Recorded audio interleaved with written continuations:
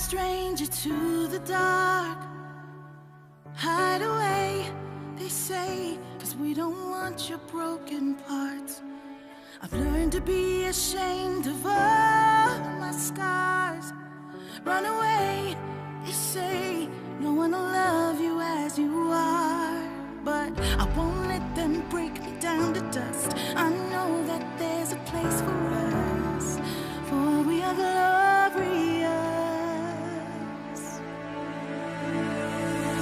When the sharpest words wanna cut me down, I'm gonna send a flood, gonna drown them out.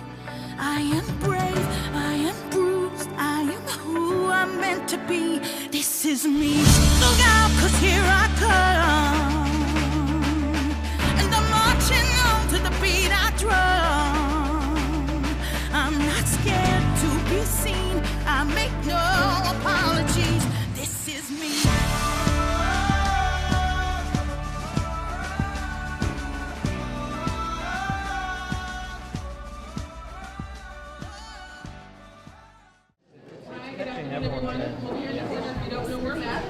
I'm Raquel.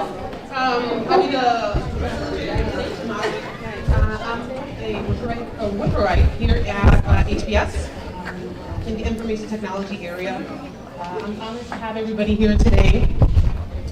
And we have some special folks here with us to talk with us and celebrate International Women's Day. So, you know, I don't know if people have heard it before. I know I've heard it in songs. You know, it's man's world. Well, yeah, that's kind of true. I read somewhere that women, current day, women only hold about 11 positions out of the 195 leadership positions, 195 countries. So 11 out of 195 countries actually have women in a leadership position. So yeah, it's a man's world. At this point in time, even the United Nations has not had a female Secretary General as of yet. And here in the US, only 4 of the 113 Supreme Judges have actually been women. So very, very different. Want to throw some facts out there so you could understand our current state and why here at Wipro we're doing what we're doing. I think a lot of women have contributed to where we are currently. Some of the other facts that I pulled together over the last week or so is, you know, 1 of 5 C-suite executives is a woman, 1 in 5. I think it's like 1 out of 30 for a woman of color. So the numbers are not that great. And yet when you ask, there was a survey that I came across that asked men, you know, do you believe that women are well represented? And they were like, yeah, definitely. However, only 1/10 of their leaders were women. So it goes to show the perception of where we are today. So yeah, I think there's definitely a little bit of a gender imbalance there. So why is this important? Why is this gathering really important? Well, people in power substantially contribute to our culture. People in power help us determine women's rights. And that's really, really important, especially when you have 70% of people living in extreme poverty that are women and children. So it's really important. Things are getting better though. And some of the efforts like Wipro that celebrate women's successes, we actually are taking the time to reflect on the progress that we have made and creating a more inclusive culture. So just a little bit of background. I'm not sure if everybody's as familiar with International Women's Day. It is observed worldwide on March 8th and can be traced back in history to about 1909. It's meant to unite the entire global community in spirit to reflect the many ways in which a woman is most important. It celebrates acts of courage and determination by ordinary women who have played an extraordinary role in history and in the countries and in the communities. So the UN theme this year for International Women's Day is Time is Now, and it's rural and urban activists transforming women's lives. So here at Wipro, we want to take that opportunity to recognize people beyond Wipro, to celebrate the various stories of transforming women's lives. So we want to share those inspiring acts with you today. Today we have very special guests here, beginning on the far left with Jane Castor, former Tampa Chief of Police.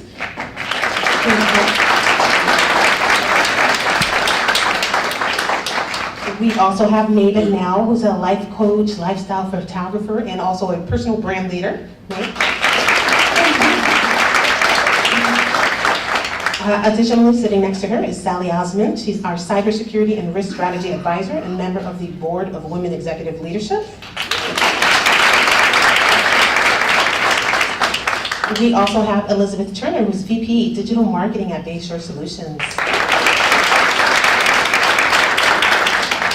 And then last but not least, we have our very own Sharon McNeil as VP of Sales and Retention.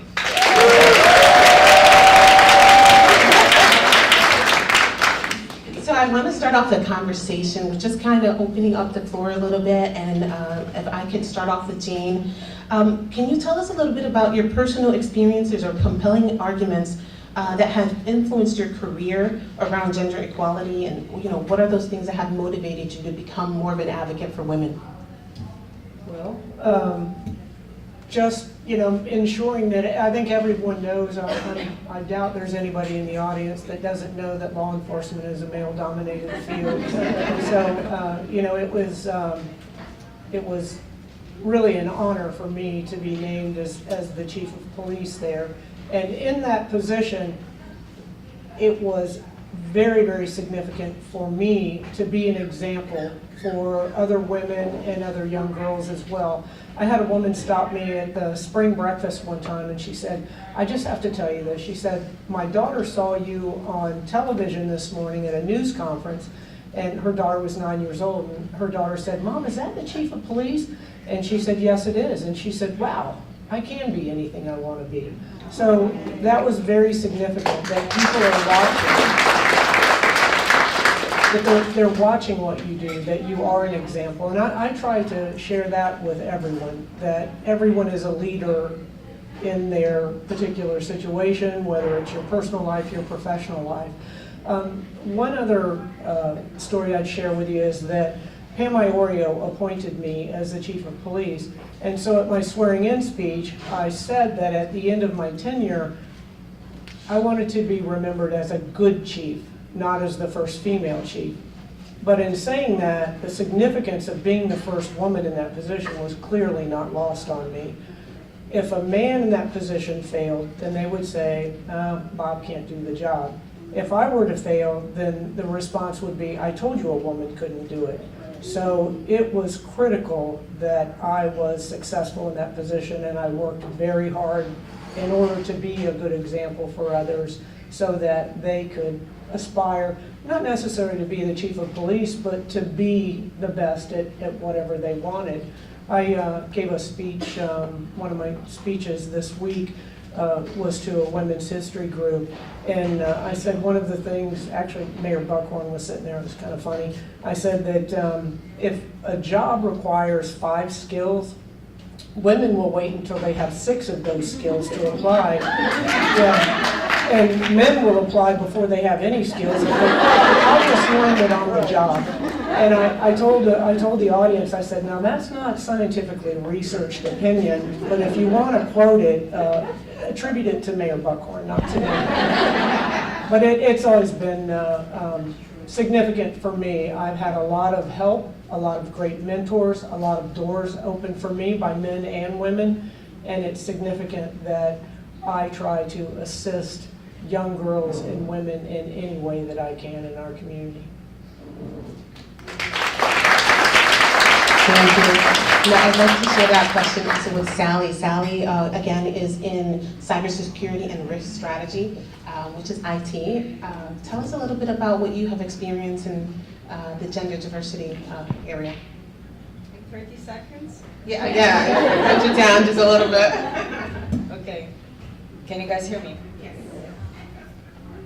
So, I guess my background is interesting because I also started my career in law enforcement in the Middle East, in Abu Dhabi Police. And yes, in the technology department.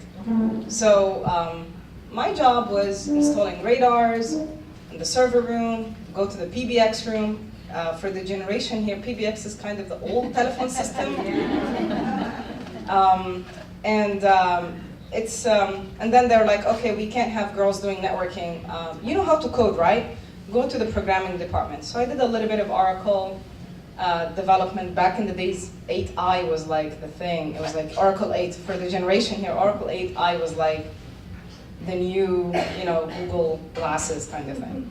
So I've done that, and then like, hey, we want to go to eGov, and we want to put all the ticketing system online. Like, you guys cannot do that. And then like, okay, why don't you manage that project? And that was really my beginning in cybersecurity, 20 years back. The challenge is to be able to allow the citizens and the nationals to go log in, be able to pay their tickets online. Obviously, I didn't have the skill set to do it, so I went and I started my master's, my first master's. The overall, the summary of those 20 years is that I had to focus on developing my skill set. I had to earn triple my peers in certification. I worked 3 jobs to get the experience. And a lot of times, I used to go there and tell them, I don't want to get paid, I just want the experience, so that I could start. And that's what I did. So I also did teaching in the faculty of higher colleges of technology. And this is how I just gained my experience. And I just focused on sharpening my saw. I think what made it easier, relatively easier to me, is that I had a father that never accepted excuses. So if I didn't get an opportunity, he would always say, because you need to work harder and prove yourself. So that wasn't fair, in my opinion. I hope you guys share it, at least, be sympathetic with me, please. But I think that's really what helped me progress and kind of accelerate in my career.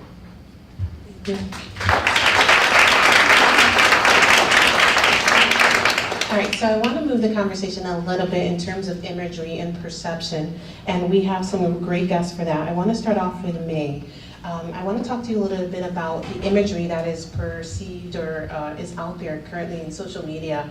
A few years back, there was an initiative to update our clip arts and things of that nature to make them more diverse and inclusive. So we did see that. With you in your background, lifestyle photographer, how have you been able to advocate for women in your specialty? Wow, it's really been an amazing ride. Getting into this field has really been just a stepping stone. Like we can all share these stories, right, of our lives of what brought you to this seat here today. You could go back and you could say this and this and this, and this is why I'm here today. And the photography piece has always been a part of me since I was very young. My father was an amateur photographer. He was a physician, so we traveled a lot to conferences and got to see a lot of places. So that bug was in me, and the piece of the photography that I loved so much was the storytelling piece. I didn't know that's what it was at the time, but it was very editorial. I was always capturing the images of our family doing goofy things, and everyone was like, why'd you get me eating the pizza like that? And why did you do that? But it was funny, and it was part of the story. So for me, to answer your question, I think that story is so important in imagery, and the clip art, was updated. Our emojis are being updated too, which is kind of fun. But it is important that we see women doing lots of different things, not the things that people would associate women to be doing. And much like law enforcement, you may or may not know that the field of photography is majority male-dominated as well. So I'll go to these incredible creative conferences, and there's like all these men and very few women, which is fine by me. But it is a field that is something that you have to work towards. But it is an absolute pleasure to work with women and brands and corporations to bring out their story and to highlight what is current in the brand of the company, and to make sure that we are representing everyone that's in the company itself, and then who the people are, the employees, the people who are a part of making the company what it is, right? Because let's be real, an organization is only as good as everyone who's serving it their various roles. So when we highlight that elevates everyone, and it brings everyone to the level of knowing that you have a contribution in whatever role that you're playing in. So, hope that answered your question. Thank you. So I have a question here for Liz in digital marketing. In the digital marketing space, have you had to customize or do different things to advocate for women in your strategy or in a strategy for a client? And if so, in what way? I think it's a little different. Some of it starts in different ways, but I think that, from a lot of perspective, we'll get a lot of clients that come in and they think their audience is one person or that their imagery should look one way. We do a lot of educating them that, even if you're an electrical engineer company, we don't need to just be featuring men. There's a lot of people that you've got to be talking to. So we do a lot of research and development to kind of explain to them who their voice should be speaking to, and how it needs to remain diverse. Who you thought you were 10 years ago is not who you are today and is not going to be who you are 15 years from now. So I think that that's one area that we're really focused on educating our clients so that they understand how to represent themselves and how to be approachable to a very diverse amount of people, whether you're female or male or whatever it may be, that understanding that where we're going today is quite different. So understanding how you speak to them, what your voice is, how are you communicating with them, how are you representing yourself is really important and a big part of how we build a brand story as we carry it out either in web, in ads, or anything that is representing their company.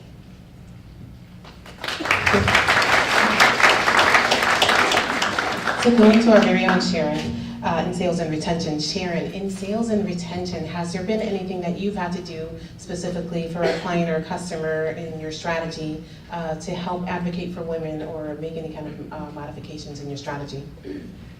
I think probably the number one challenge is helping to build leadership for our customers.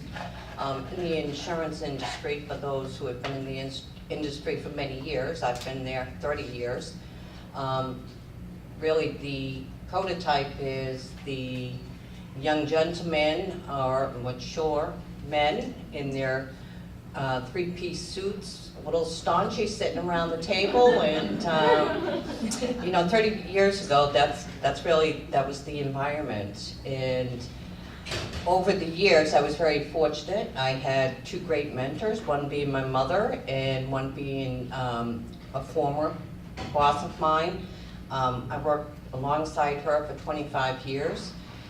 She quickly rose to the ranks of executive leadership at the insurance company, and she believed in me, and that is probably the most important thing. So I think from a challenge that I've had over the years is to have the insurance industry embrace the women, respect their knowledge and their drive for excellence. So you brought up a really good point there, and that was mentorship. Here at Wipro, we do participate in a Million Women Mentor, which is a great program, so we've been participating there. I'm curious which other women on the panel have had the pleasure of having a mentor? Jane? I'm not sure that anybody doesn't have a mentor. I was very fortunate during my career to have a number of mentors in every position that I was in. And I remember one particular captain. I was a sergeant in charge of family violence, sex crimes and family violence. And I had an issue with one of my detectives, and I basically pulled my soapbox into the captain's office and got up and just went on a tirade about this individual and what I was going to do and how I was going to do it. And he just sat back and patiently listened. And then he said, well, he said, you can take that path. He said, I've taken that path in the past. He goes, and I ended up on permanent midnights the next week. And I'm like, okay, what would you suggest? Just a lot of people that I would say really believed in me and gave me the confidence that I needed. And that's one of the things that I believe we all need to take part in, is instilling that confidence in young girls. I told a funny story about the jobs and the skills, but really it's the confidence to know that they can go out, they can put themselves out there. It's okay to fail. It's better to aim high and miss than to aim low and hit your target. So we just need to make sure that the young girls are coming up with a confidence in themselves that they need to be successful. And I thank my mentors for where I'm at today, without a doubt. So thank you. Sally, similar question for you. Have you had a significant mentor or a sponsor in your career that has really made a difference? I had a village, really. I mean, I'm one of those people who's very lucky. Wherever I go, I'm always surrounded by excellent people. I had mentors, coaches, managers, peers, and everyone left a print in my life. And I think you touched on a very good point, which is skill set is great, but leadership and confidence is what's important. As we know, we have a lot of smart people around, but they do not progress far. There are certain attributes and personal qualities that we need to instill in our youth to make sure basically to complement what they have and to make sure that their work gets to the other side. I think we need to focus more with our youth and especially girls, not to put the burden on them, oh, you're a girl, so you have to. I really think that we need to shy away from that a little bit, in a way to make them a little bit blind.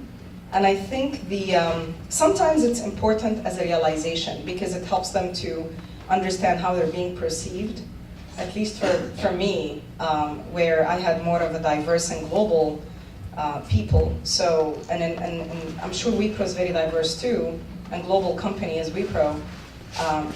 The way a female talks in certain societies may be translated completely differently than what's intended.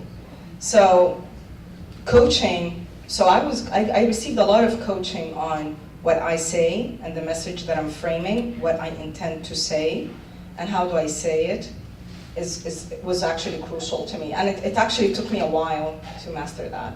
Yes, indeed. Thank you. I love the fact that you pointed out the effort and the focus on women and girls and encouraging and motivating them. I also want to make sure that I am inclusive, and I want to talk a little bit about men here in terms of gender diversity. How do you, and I'll direct this question maybe starting with Jane, how do you work with men and advocate for women? What do you say to encourage and motivate men to be those advocates for women? You could probably ask my two boys that. I have two 18-year-olds now that basically have been raised by 4 women, so they definitely know how to advocate for women. But it's, it goes back, I was at the FBI Academy 100 years ago, like 2001. And we had a course there where, in essence, it was a difference between boys and girls. And it was, everybody in the class before it started was like, oh my gosh, this is going to be mind-numbing. And it was the most fascinating course that I took during the entire experience. And it was, a great deal of it was the neurological differences and then the communication differences, where women are just so much more democratic and they want to get everyone's opinion prior to making a decision, where men view that as a weakness, that if you have to ask someone, then clearly you don't know what you're doing. And so those are the types of things that, that I always try to point out. And then just really the one issue that would handle it would be the focus on diversity. And that was something that was significant for me as the police chief. One, to ensure that our force was very diverse because everyone wanted to see someone that looked like them out in the community. But it was critical that our staff was very diverse as well, so that you could get all of those different opinions prior to making a decision. A story I tell a lot is about Sonia Sotomayor when she was being sworn in as a Supreme Court justice. And someone actually said, we're afraid that your Hispanic heritage will influence your decisions. And it's like, well, no kidding. Isn't that the point of diversity? And so getting, look at the audience here. Clearly, this is a company or companies that focus on diversity and recognizing everyone's talent and bringing them all together to work as a team. So I would say that with men, for me, is the focus on diversity. And the more that you deal with different cultures, genders, sexes, the more you're going to understand the people around you. Awesome, thank you. So I want to turn it over to Liz, digital marketing. I'd just like to highlight what your background is. Similar in terms of how do you approach gender diversity in the workplace with your colleagues or with your clients? Sure. I'm sure most of you know, I mean, similar to everybody else sitting here, advertising was definitely a man's world for a long time. I mean, they did a TV show about it, Mad Men, right? So, which really did portray where we came from, you know, where women were only allowed the clerical jobs and anybody that was important that was creating ads had to be a man. I've been in the industry about 18, 20 years now, so I've seen it grow just in that time frame. I can remember being in positions where strategies would be done by a diverse group, but when it came time to present it, only a man could present it because there was no way they were going to listen to us if the woman did. So it was definitely interesting to see as we come over the years. I think how we've overcome it is really going back to that subject matter expert and skill sets, like and being diverse and bringing people together and understanding who's contributing. You know, finally we got a chance to prove if the person that actually put the strategy together is the one doing the talking, it's going to resonate better, right? It was their idea, it was their research, it was their data. Somebody else just dictating it isn't going to get that emotion across, isn't going to get that, projection across, and it's going to be very, commoditized. So there's been a lot. I think I've had women leaders that have helped, I think, transform that. I've had a lot of men that I've worked with the same way that I think, I've had people that were older than me that reported to me, that called me kid, and this, that, and the other. So I think it's been a challenge, and I think one of the things that I would say is, like, just don't give up. Believe in yourself. The confidence that everybody's been talking about up here really is important. Like, stand true to what you believe in, stand by to, what you know to be true, and, just don't give up. Work hard. Similar, I think that they were saying earlier, I probably worked harder and longer than anybody else, but I was there to prove a point, and I was there to show that I knew what I was talking about, and I could help these people, and I could help these companies. So, determination. Thank you.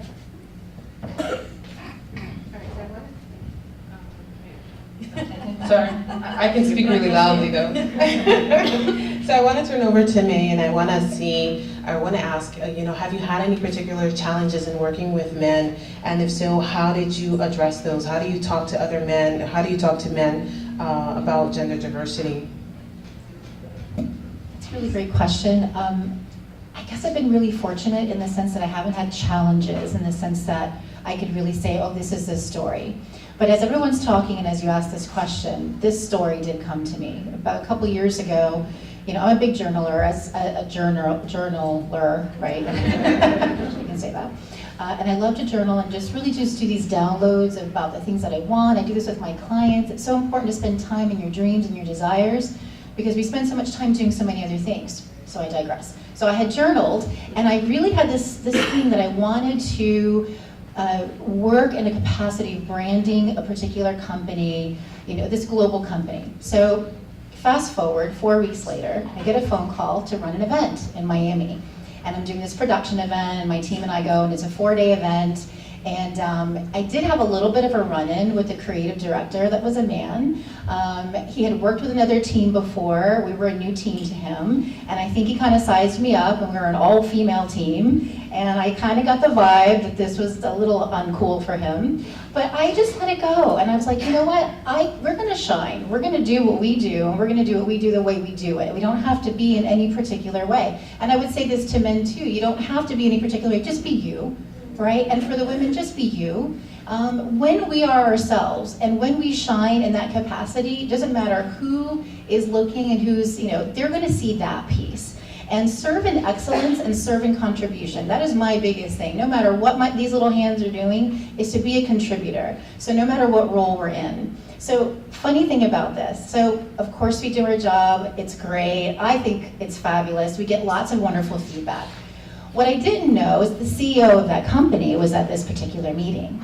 And he approaches me at the end and he said, I have never seen a team work so intuitively as your team did to really capture our brand in the way you did. And incidentally, it wasn't a branding job, it was an event coverage job. But we went in with a branding perspective because that's what we do.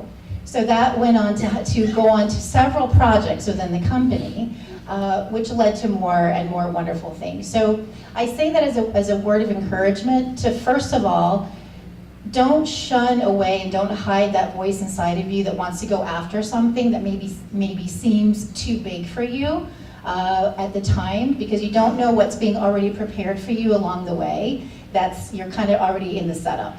Right? So that was a whole setup, and I just feel like I'm proud that we just stood strong in who we were, and we didn't kind of shy away and, well, how would the big guys do it and all of that. We had small gear. They were really worried that we had small gear and we didn't have enough things that, we pulled off a big production, and they were really proud. So yeah, it was a good thing. Awesome, great job, thanks. Going over to Sharon. Sorry.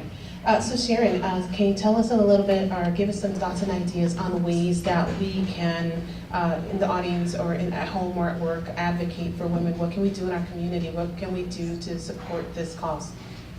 I think we just need to be very open, work with the younger children, both men and female, and probably emphasize, don't become a victim. Don't let anyone tell you you can't do that. Don't let gender get in your way. Focus on your genius. Be passionate. And most importantly, continue to surround yourself with talented people, regardless if they're men, females. Continue to strive what you're looking for. So I would continue to, I've taught my children this. I mean, I have three successful children. I'm very proud of them.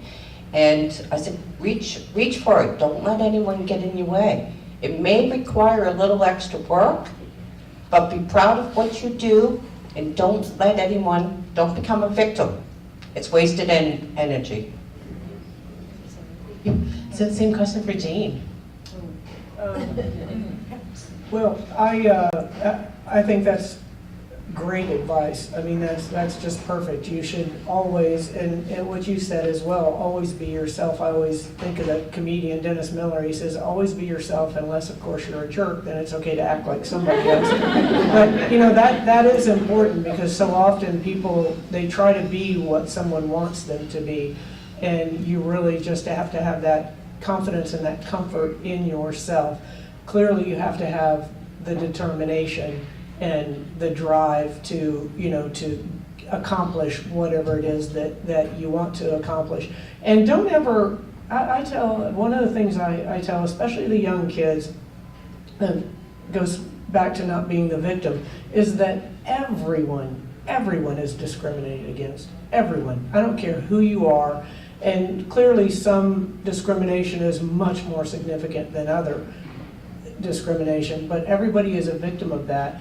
And what's significant is how you handle it. I've had people that, I say hello to, and they and I'm like, oh, what's the matter? Well, you said something to me 10 years ago. And I'm like, well, I can't remember what I had for lunch, and you've been carrying this around for 10 years. But that, that's just very, very significant, is that things are going to happen. As I always tell my kids, life's not fair. Things are going to happen, but it's all in how you handle it, and that you don't allow that to ruin your life. I had somebody ask me one time, did you ever feel discriminated against? And I've been the only woman in the room plenty of times. And you'll say something, you'll have an idea, and everybody's like, well, whatever. And then they'll go around, and then somebody else, a man, says it, and they say the same thing, and it's like, oh my God, that's brilliant. And you're like, that. And then I saw a commercial on it where an underling said something, and they're like, yeah, and they go around to the boss, and he said the same thing, but he did the hand chop. And so I found out that was a significance to it. You had to emphasize it with the hand chop. But that is the reality. It's all about, it's you. You have to be the change in your life. You have to be the person that's determined. You have to be the one to go after whatever your prize is, and don't let anything get in your way. Awesome, great words, thank you. So I want to go over to Sally. And I want to see if there are any things or any people in the community currently, whether celebrity or not, which you feel is really making an advancement or helping women in becoming more gender neutral in the community so that we are more gender neutral. I'm sorry, can you repeat the question again? So I'm wondering if you know of anyone in specific that is really, or that you feel is making a big change or big movement for the advocacy of women. Of women. Well, there are actually a few. The biggest initiatives that I'm working with now, actually, one is the Executive Women Forum. It's a cyber security and risk and audit organization for developing women in cyber risk and audit. And it's nationwide, and we're going global. And we actually, when it started, to prep women, senior managers, to be executives. But then we noticed that the pipeline is not bringing enough women, so we started to go a little bit younger and as young as high schools or middle schools. So that's one initiative. And then there is the other initiative that we found. I'm Nubian, I'm from south of Egypt, north of Sudan. And one of my visits to Aswan, a city in south of Egypt, I found out that tourism is really in the decline, and the women are not able to sustain a living. And I noticed the sad part is that actually we had a lot of families migrate, the men would migrate to Saudi Arabia, Europe, Australia, whatever, so that they could feed their families, and then the women are stuck behind, not able to produce. So we started an initiative there to economically empower the women and bringing back the small businesses and hand and crafts. The tailors are tailoring back, the making bags, they're making jewelry. And I think that empowering women economically was, in my opinion, an important segue to help them with their confidence and able to stand on their feet and feed their families. So these are the two initiatives that we're currently working on at the moment. Awesome, thank you. So turning over to Liz. Liz, also very similar question for you. Have you experienced or know of anyone or any group that you feel has really made a substantial push forward for women's advocacy? Wow. It's hard to choose one specific woman that's in the news or one specific company. I think for me, and just in recent events, it's really the voice of all women. So women finally speaking up, women finally having the courage to have a voice in situations that they didn't feel like they had the courage to have so before. I think that particular voice is going to be more impactful than just one person or one company moving forward. So I think that's the biggest trend that, while some of the stuff has been very negative and the things that have happened, I think just those people that weren't afraid to come forward and to speak up are giving other women the confidence that they can have a voice about something too. Thank you. Turning over to Sharon. So Sharon, we heard you speak a little bit about ways that we can encourage folks in the community. I was curious as to whether or not you've had specific success in any one area that you wanted to highlight for support of women's advocacy. Well, that's a tough question. I think I just have to go back to working with my children, with my colleagues here, encouraging them to be themselves and to believe in themselves. My daughter, she's certified EMT. She's going to go into the fire academy, and as you know, that's typically a men's world, and we're backing her and we're telling her she can do it, and we're very proud of her. But essentially, I just go back to, don't be a victim. You can do whatever you want. So going to Sharon, what do you think are going to be some of the most critical changes that we have to make to really keep this moving forward? Do you think that this is just an initiative because of the Me Too movements and those things that have been in the limelight, and therefore it's more popular? Do you think we're moving in a positive trend, a negative trend? Where do you see us 5, 10, 15 years from now? Was that for me? Okay. Yeah, I think this Me Too movement is fantastic. I know that, probably a lot of controversy, but I think that is giving voice to women and really the differences, because there are differences, and difference doesn't necessarily mean right and wrong. I got into a conversation with a male staff member. We were riding along in a car, and fortunately he was driving because I would have crashed the car after this, but we started talking about sexual battery, and at the same time that he said they were over-reported, I said how woefully underreported they were. And it was just the viewpoint, it was just the different viewpoint.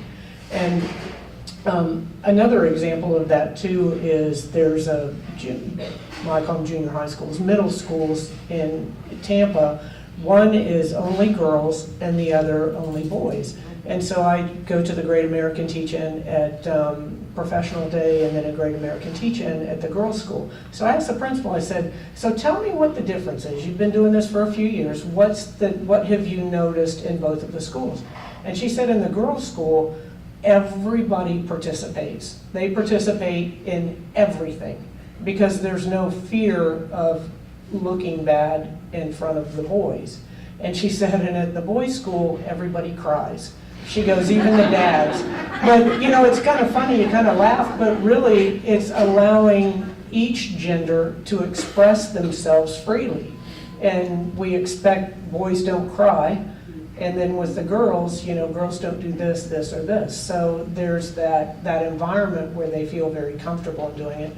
I personally think that the youth of today are going to do and be able in this firearms regulation issue and many other issues, that they're going to be able to accomplish what the adults have failed to do. So I have a great deal of confidence in the youth of today. Awesome, thank you so much. So I have it scheduled for an hour session, so I want to be able, and we're about 10 of I want to make sure that we give the audience the opportunity to also interact. So I'm curious if there are any questions from our folks in attendance for our panel.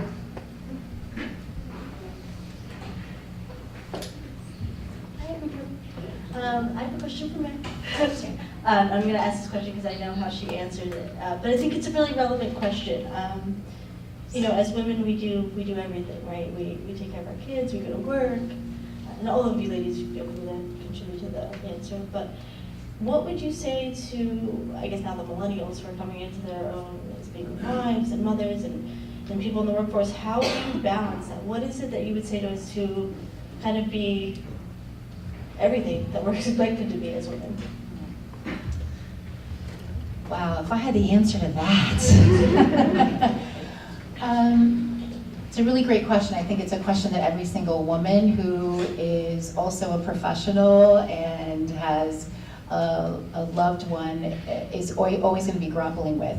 But here's what I always default to. And this could have a little controversy, but follow my train of thought for a second. I think for women, we're given this, you could do anything you want, you can have it all. I agree with that. But I think you can do everything, you can have it all within seasons. If you try to go after everything simultaneously, it does feel like a struggle. Now, how do we get around that? If we have really great support, then we know that we can go after other things and we can tackle other things. But the best thing that I have found, for me personally, I can only speak for myself and for the clients that I have the privilege to mentor and to coach, is that to really understand what are the priorities in this season of your life. Because we're going to shift, right? It's going to be different for you 2 years from now, it's going to be different for you 5 years from now, 10 years from now, life is going to be a little different. So what are your priorities in this season of your life? And then put those big rocks in, right? We all know that analogy of like you've got the rocks and the sand and the water and the vessel. Does everybody know this, right? Well, you've got the vessel, you've got water, you've got sand, you've got rocks, you've got pebbles. If you put the rocks in, if you put the water in, and then you try to put the sand in, and then you try to put the pebbles in, there are no room for the rocks, and the rocks represent the big things. But if you do it in a reverse order, you put the big rocks in first, then you put the pebbles, then you put the sand, then there's room for water, and there's room for everything. So I think it's just a matter of priority, and then what order you're going to put those things in, and then get support around everything else. Any other questions?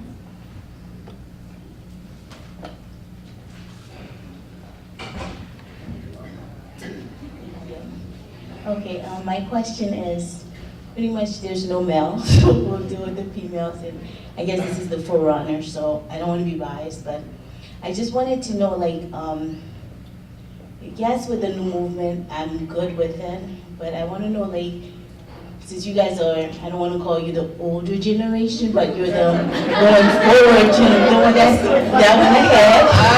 Get it right, girls. You guys are ahead, right? So you speak about the younger generation coming in. So I want to know, like, how can we, with the older guys, you get what I'm saying, those that have been there 30 years, 20 years, you understand? So how can you guys show this new movement how to work together so that the younger generation can have something positive to look at, because you're always going to need an example. But I guess what I'm trying to say, for the men not to be intimidated by the women, or the women by the men, so that if my younger brother, my younger sister, they can all work together so we can all move up in the ladder. So what suggestion would you have, since you're already in the field and you see the areas what can be improved, so we can work as a family, I guess, in coalition? She meant experience, by the way. You look great. Actually, I'll answer that, and in my opinion, I'm very biased on this. I think it really starts at the home, at the house. And I know my son would be like, you shouldn't have let my mom answer this question. I really think it's how we raise up our children. If we raise up our children in a manner where, you know, you tell your son, please do this. Like, no, why do I have to do it? And you know, he gives you a hard time. Then you look at your daughter like, okay, come on, honey, please take care of that. Right. Oh yeah, don't worry about it, mommy, I'll take care of it. No, everyone is responsible for their own actions. Yeah. So I think the starting as a family and as children at a young age, then it doesn't become a challenge, or he as an adult, when he grows up, he's not going to feel intimidated. He's going to immediately grow up, you know, and gradually, and responsibilities increase with age. He's going to be like, I'm expected to do this. I'll do it. That's my job. That's me. But if here we are, suddenly, you know, he's 21, you know, fast forward, he's 21, 25, and you would look at him like, you're supposed to do this. I'm like, oh yeah, this is because of this movement. You guys are empowering all these women against us, and you're rebelling, and because this is really what's happening in a lot of societies. And in some societies, they're looking at this as like, what's wrong with these aggressive women? What is it that they're looking for? You know, so this is just my view. I'm sure we can learn from other experiences. Any others?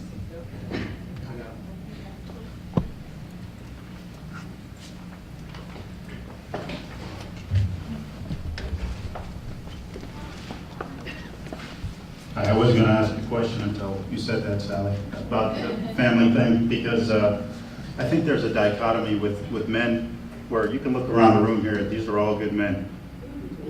Great fathers to their daughters, great husbands, but then you've got the work piece where you come into the corporation and it's almost like you leave that behind, right? So it's almost like the good person doing nothing is almost like complicit. So yeah, we say we're not racist, we're not misogynist, that's 50, 60 years ago because it was in your face. But there's still that institutionalized, systemic, you know, when you talk about pay equity and family leave, which affects women more than men. And then, Jane, you said the crybaby thing with men. That's true. So if a man perceives inequity, he's going to keep crying about it till, you know, HR does something.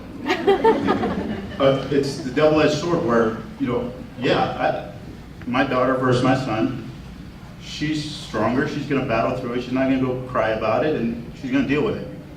But the institutionalized kind of mindset of, when you talk about anything, when you talk about racism or inequity between men and women, how can we as men who sit here and say, hey, we're not part of the problem, we're the good guys, how do we change that? How do we advocate for women like Jay behind me here? I'm sure his daughter might call him from the university and say that she perceives some inequity. He'd probably jump in the car, drive over there, and get in somebody's face. But women are strong enough that they don't need a man to come to the rescue, right? I don't want my daughter thinking she needs somebody to come to her rescue. So, a level playing field, when we talk about, hey, I got black friends, I'm not racist, I got a daughter, but what are you doing to affect change that removes those barriers? So yeah, we're all on a level playing field, all have the same opportunities, but then there are those little things throughout your career that knock you off. My wife decides to have a baby, there's 6 months where you're diverted for a little bit, and you miss an opportunity here and there.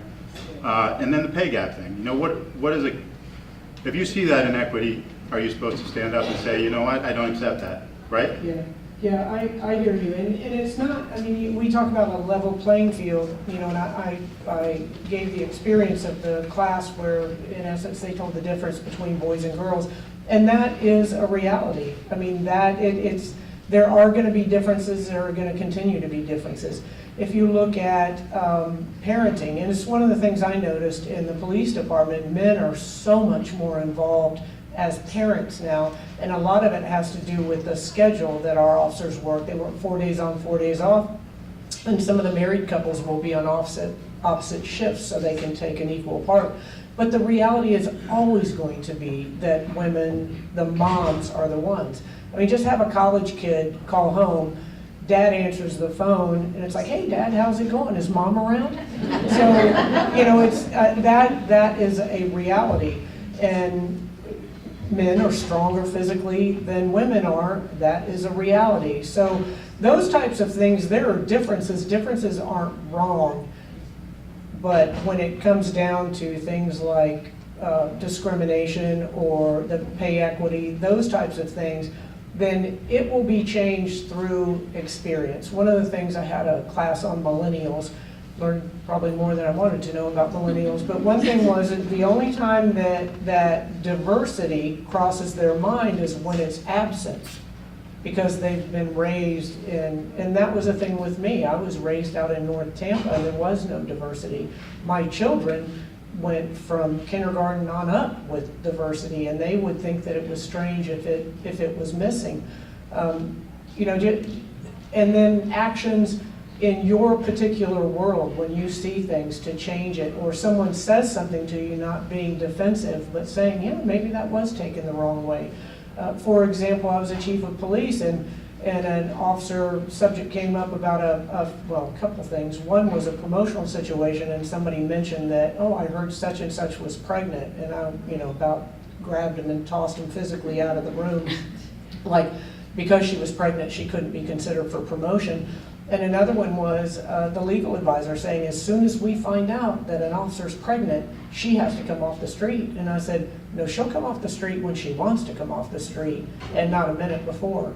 So, we'll just adjust the uniforms and the gun belt if that's what she needs. But those are the ways that it's changed. It's not going to change overnight, and there's always going to be differences, but we have to recognize those differences, and we have to work together to make those changes.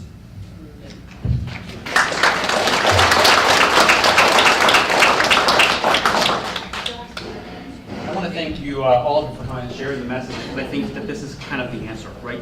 More discussion about this, more examples and sharing of experiences. But I want to ask you this question. We hear mostly about what women can and should do to stand stronger, right? To advocate for themselves, to not be pushed down. And that's all the right message. I don't disagree with that at all. What we don't hear enough of, and I say this not just about women, but about racial injustice, all of these, these minority movements, minority classes. What can those among us who are gender privileged or racially privileged, we have a part in this, right? There's women, minorities are not going to solve their own challenges on their own. What can those of us who enjoy privilege and don't even recognize it, what do you recommend that we be doing and paying attention to in order to help make this change that needs to come?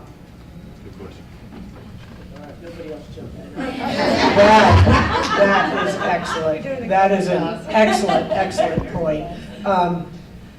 Become educated. Get involved. It's and I don't know how much time we have left, but when I swear in the new officers, and I swear them all in, or when I was a chief, I don't go now, but I would talk about the power of their badge, that they had the ability to take someone's freedom away, in rare cases, their life, and they needed to understand that power and never abuse it. And I would tell them several things, but one story that I told them was, early on as a police officer, I pulled someone over in West Tampa, and he had a tag that didn't belong on the car. It was actually a criminal offense. So I just wrote him a citation. I went off, kind of pat myself on the back for giving the guy a break. I come down Main Street a couple months later, and I see him, so I stop. Hey, how's it going? He goes, well, it's not going good. And I said, well, what happened? He goes, you remember that ticket you wrote me? I barely remembered it. He said, well, I couldn't afford to pay the fine. He said, so they suspended my license and my insurance dropped me. He goes, and I had to sell my truck in order to pay for that, and I'm a junk man. That truck was my livelihood. So for me, I just wrote a citation and thought I was being wonderful because I gave him a break, when in essence, that was a life-changing event for him. And the point of that story wasn't to the officers never to write tickets. The point was, understand the people that you are serving out there on the street. And I think that's the most important lesson, and the way that you can contribute to your community is to look at people from their point of view, take that walk in their shoes and see how you can help. And I think in addition to that too, because like you said, be involved, it's don't wait for a law or a regulation or a company to do it for you, right? That's not how this change is going to happen. This change is going to happen in every decision you make. So if you're in a leadership position and you're deciding who to promote and who not to promote, it shouldn't be about the way they look, the way they dress, what they're male, if they're female. It should be about the work that they put in, the knowledge that they have, who's going to be better at that job. And every person in every position that you're in every daily work, you make decisions about who to work with. If you're playing dodgeball, you make decisions about who to pick for your team, So, and I would just encourage you that if you're in those positions and you're making those decisions to think about it in that way, because we can't wait for it to come from here. It's got to start with us.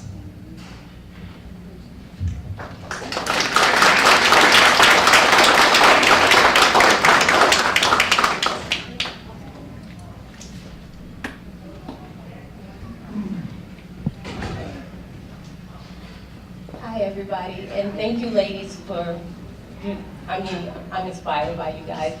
I have a question. I want to know, how can I get involved in the community, because as my heart is growing so large for the missing and exploited kids, and I just wanted to know, how can I be a voice, because I feel that there's an absence. For example, if a new kid come into a school, can there be a main database where they wait a minute, this child, I think I saw this child on the Missing and Exploited Kids website. How can we get involved? Community, the hospital? This is my question. There are a number of organizations that, matter of fact, I just spoke at one about a month ago, but through the FBI and for human trafficking. And that is a very big issue, not only in the nation, but in our community. And not only in the sex trafficking, but bringing in women basically putting them in as indentured slaves and working as cleaners in hotels and those types of things. But there are a number of organizations, and I can get with you and give you some names of individuals. Dottie Groover Skipper is one, and there's a group out in Sun City, these elderly women that make up backpacks for the kids, and when we rescue a woman or a young child from human trafficking, we give them the backpack, and it has a set of clothes in it and, you know, toiletries and those kind of things. And when I gave it to the detective that works our on the FBI human trafficking task force, he called me about 3 days later, and they had rescued a 16-year-old girl the night before from a new dancing place. And he gave her that backpack, and she burst into tears, and she said no one had ever given her anything in her entire life. So there's a big need. The social media, you may not be aware, but that's where the recruiting goes, is through the social media, and they're getting these young girls into the sex trade, and it's very, very sad. But there is a great need for volunteers in that area, so thank you for inquiring.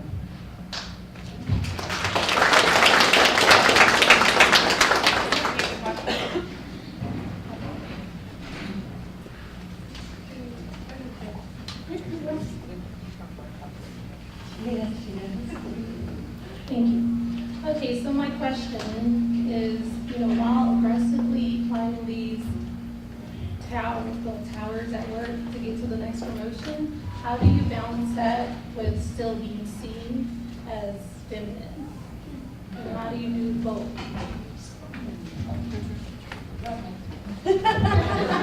I love this question. Well, my dad always used to say, you need to act like a girl a little bit. I'm like, why?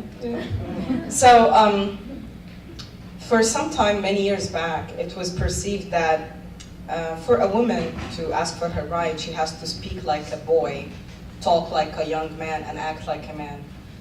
Not really. Actually, I know a lot of girls, they actually get what they need to do by being cuties and who they are.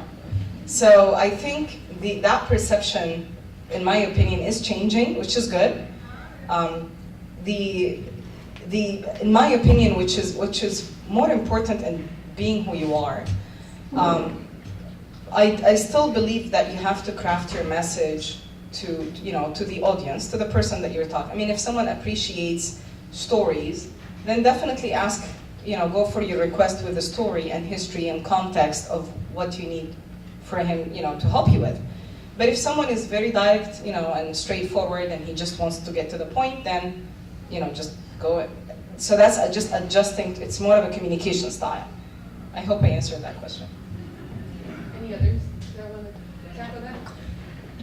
I was just going to say the same thing. It's really more about being who you are. If you're a very feminine person, and you're a girly girl that likes to wear dresses and this, that, and the other, don't be afraid to be that person. That shouldn't be the indicator of how you climb that tower. My daughter hates to wear dresses. Hates it. She's 9, and she's like, if you put me in a skirt, I'm this full all day long. I'm not going to force this. She won't even wear it for pictures, for crying out loud. You're just like, whatever.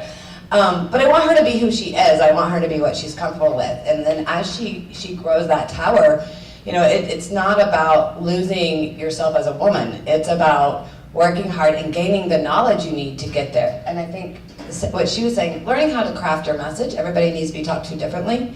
I mean, in my world, the way I talk to a creative person is very different than the way I talk to a developer, right? It doesn't matter if they're man or woman, but they're different people that have different ways of processing. So learning that is a lot more important than changing who you are.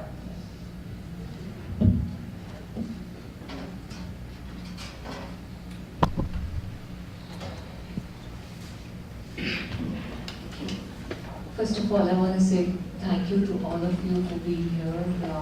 It's very inspiring and insightful observations and thoughts from all of you. My question is, how do you see the relationship between women and, I say this in a smile, and world peace? I know women and peace sounds like an oxymoron. But, they say that the survival of the species is in the hands of the feminine. What are your thoughts around it? I agree. I'll have to give an amen to that. As stated, I think women are just more democratic and look at things in a different way. If I boil it, which you were talking world peace, so my analogy is probably pointless, but as a woman in law enforcement, you know, there was such a long time that women weren't allowed to be in law enforcement because the viewpoint was that it was all about muscle and testosterone and overtaking the bad guy. When I go before the teach-ins and I had all my gear on and gun belt and all that, I would always ask the kids, what's the most important tool that I have? And of course, it was either the gun or the taser. And I said, no, I would point to my mouth. I said, it's my ability to communicate. My ability to talk my way into or out of a situation is what is the most significant.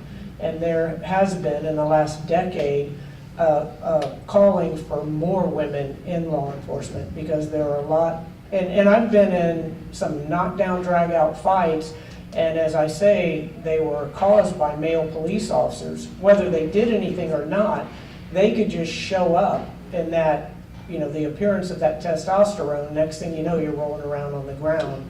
Or sometimes they cause those fights, but it was, you know, it was your ability to communicate with people, to talk to people. So I agree with that statement that, you know, if you're looking for, I saw someone from the UN and there was, he was talking about another world leader and that they had over, you know, the people in power were commensurate with the population. In other words, they had many, many women in power.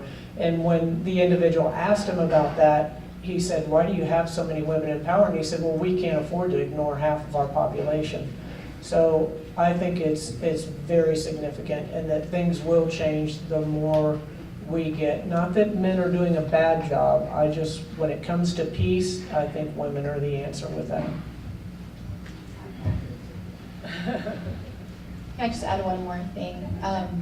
You know, it has been said that, and just to piggyback on what you were just saying, that there is life and death in the power of the tongue. And it is in what we say and how we can get ourselves out of a situation, how we can talk ourselves into a situation. The communication piece can't be stressed enough.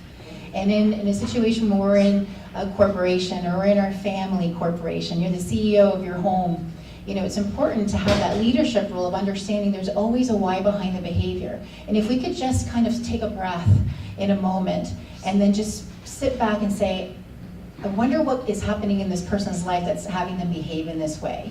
I think for just a moment, it might alter our reaction and allow us to be more proactive in what we're doing. And just stepping into that piece. You know, Wayne Dyer, who's one of my favorite mentors, has this quote that he's famous for saying, and it says, when you change the way you look at things, the things you look at change. And that is the biggest significant piece. It's the perspective that we have. Any other questions?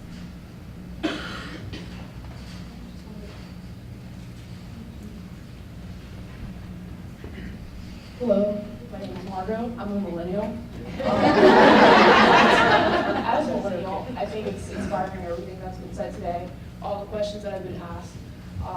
I think it's great that you have to start at a micro level, but first you have to start with yourself. Starting as someone so young and IT, male-dominated, how can I find a mentor? Because I have a wonderful mother, I have a great support system, but how can I develop my IT skills to be better as an employee and hopefully as a leader one day? Are you accepting any mentorees?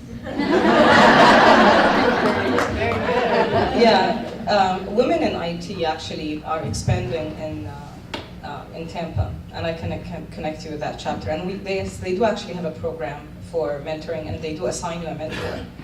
So yes, let's connect. All right.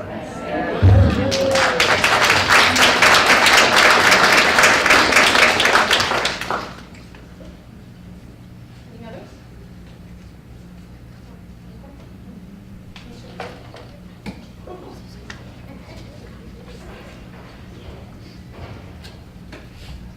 This is for any one of you on a panel or multiple people. How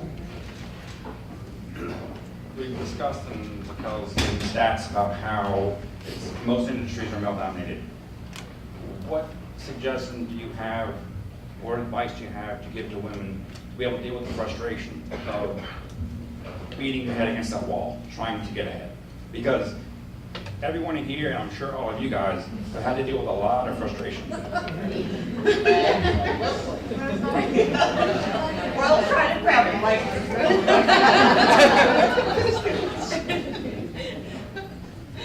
I'd just like to say, you know, you're above it.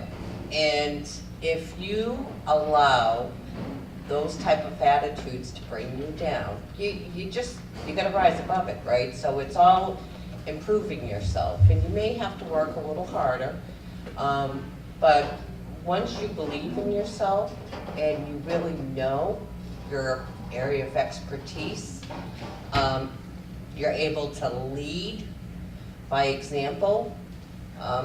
You just gotta take the high road.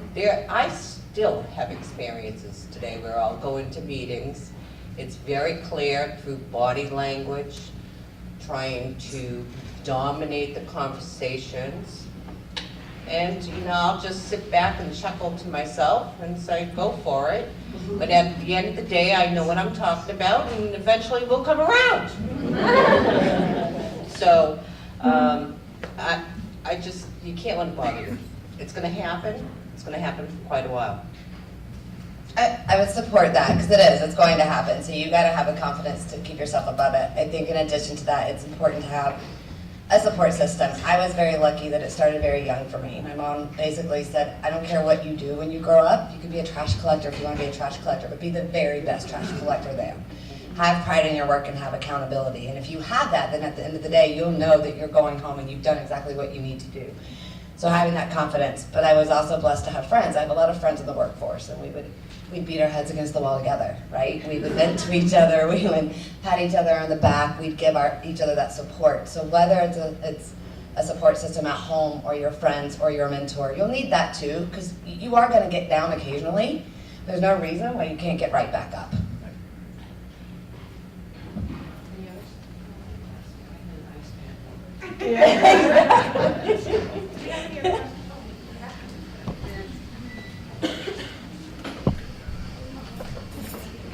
Hey there, guys.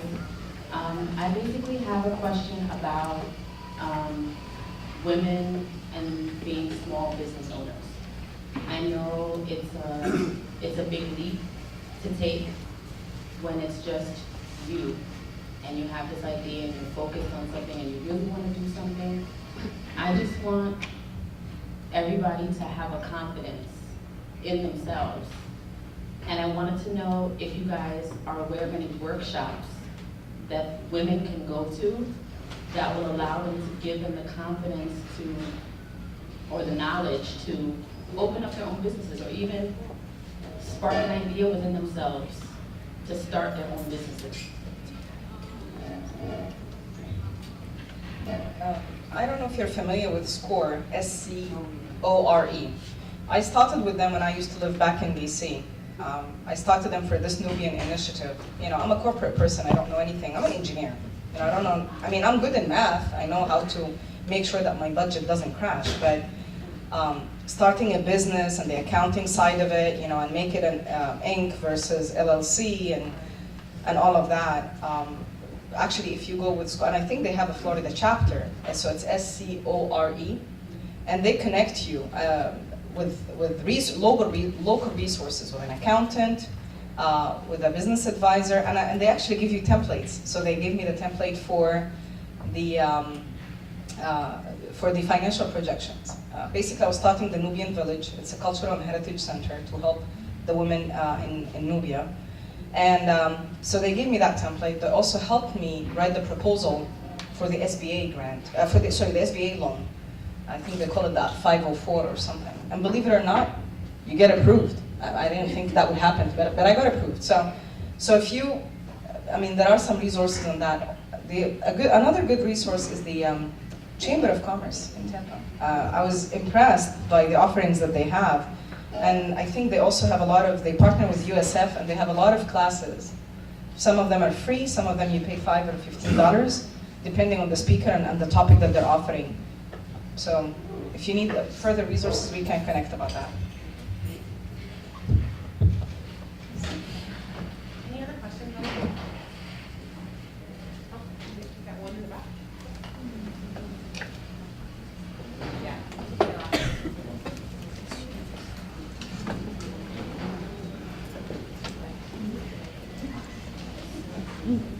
Ladies, I thank you for being here today. You've inspired all of us.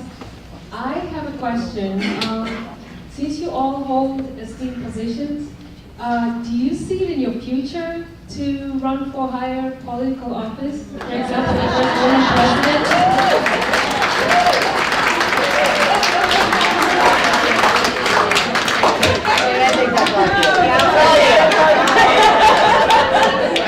think there's a plant.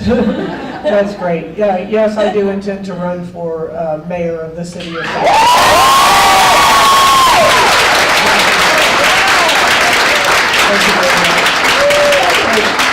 You know, when it was first brought up, someone asked me about that, and I said, you know, I've been 31 years in law enforcement. You know, I'm a cop, is what I am. But I clearly love this city. I was born and raised here. And there are so many things that are happening in our community right now that we have a lot of thoughtful development that needs to be continued, and just so many wonderful things. I know I'm a little prejudiced being born and raised here, but Tampa is the greatest city in the nation. And the Tampa Bay Thank you all very much. And anyone who doesn't live in the city, just go ahead and move in the next 6 months. I would really appreciate that. Are you going to take any more questions? Yeah, that would be a okay. good question. Let me, and this goes back to, you know, people that were saying, what can we do for the community, and just talking about, you know, doing our part in working together and understanding everyone's differences. I was listening to this great podcast, Constitutional. If you haven't listened to it, it's fabulous, about the crafting of the Constitution and all of the amendments.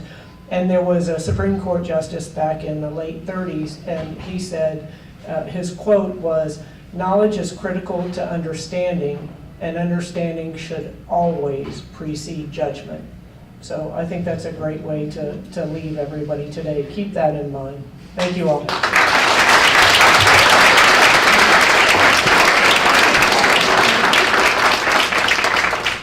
So I have the privilege of closing the meeting, and man, I feel like a woman. Is that how the song goes? Dawn, that's a terrible joke. No, actually, as a parent of a 20-year-old daughter, I really wish she could have been here today. I actually shot her a note earlier this morning and told her that there was going to be a panel discussion, and that it would be really inspirational, but I think I underestimated it. It was really great. So I wish she could have been here. And, you know, there's days, I've been at HPS for 30 years, and there's days that, you know, you're not so proud to be here. You know, it's been a rough day, we're running into tough customers, but this is a day I'm proud to be a Wipro HPS employee, that we're putting on something like this. So,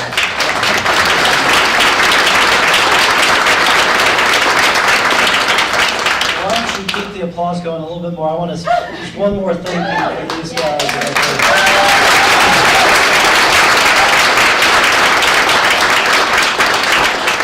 I also took copious notes because I think it's important. A lot came out that I learned today. The one thing I learned, I think the most important message is, it's not just a woman's issue. This is all of our issues, and I think as males in our company, this is the fight we should all be taking on, right? And so some things that you may not know that I've been asked to speak just briefly about is that Wipro really does have a strong history in fighting diversity in the workplace. And there's a couple of things that you may not know about but I think you'll start hearing more about. One is the Women of Wipro initiative that runs programs throughout our organization internationally that focuses on mentoring and leadership development for women. And it's viewed as leading edge, not just in our industry, but really globally, over all industries. And they continue to fight not just against conscious biases, which I know exist, but even those unconscious biases. And I think those unconscious biases are the ones we really need to be watchful of. And that's really where I learned a lot today, and I want to be cognizant of that.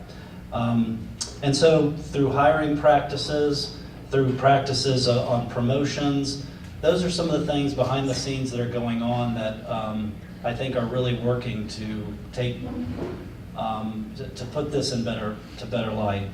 There's some stats that you gave earlier that are sort of unfortunate stats, but there's some health plan services statistics that are a little bit brighter than that. We're not where we need to be, but here's a few of them. About 65% of our workforce at HPS is women. And more than 35% of our women are in a supervisory, management, or leadership role. Again, probably not where we need to be, but certainly better than industry average, and it's something I think we can continue to work towards. But again, the important message is that the work is never done. We got to keep working at this and move the ball forward. So we want to say thank you one more time, and we have some gifts for you.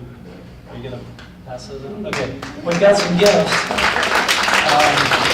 for the panelists, and I think the neatest part of this gift is that Wipro would like to provide each of you with a check that will go to the charity of your choice. So we will be talking to you about that.